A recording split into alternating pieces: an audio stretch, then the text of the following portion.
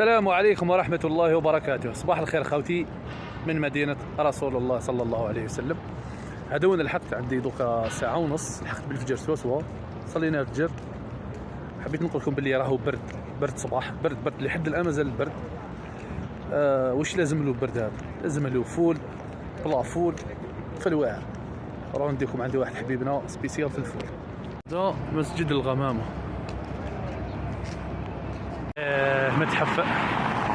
متحف السكة الحديدية للحجاز. هذا هو السوق الصهاد.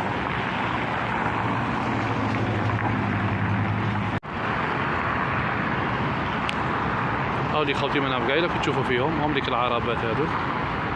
هذه حضارة كبيرة بكري وصلوا ليها المسلمين. بون كيف هاوليك هدايا واسمه شعيبيات فوال العنبرية. هاوليك من الحرم كاين واحد 1500 متر 1600. وشنو خاوتي تجرب عنده ما تندمش. تضرب واحد فول كيما هذا بالسمن وهذا بالزيت الزيتون، لا غير تولي نقول لك حاجه نص ضربه تنوض.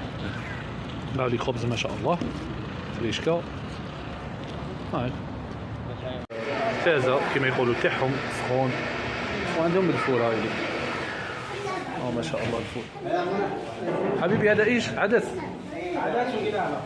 وقلابه ما شاء الله. هذه الاكل تاعهم.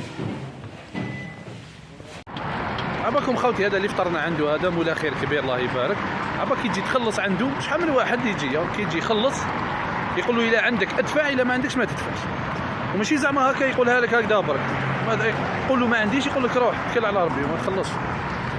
كي تحبوا تدو سفاري زعما تديها معاك، يدير لك هكذا، يديرها لي في باطا داخل الباطا، تسقم لك 2 ريال الفوله ولا شربة عدس كيما حبيت.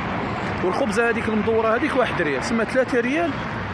وانت سقعويت ولا فطرت ولا كل واحد كيفاش يسميها، اللي هي 3 ريال اللي هي 18000 18 20000 هكذا.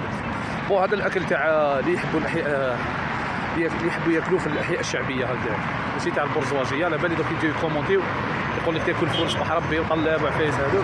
المهم الله المستعان. مع فيديوهات اخرى ان شاء الله. السلام عليكم.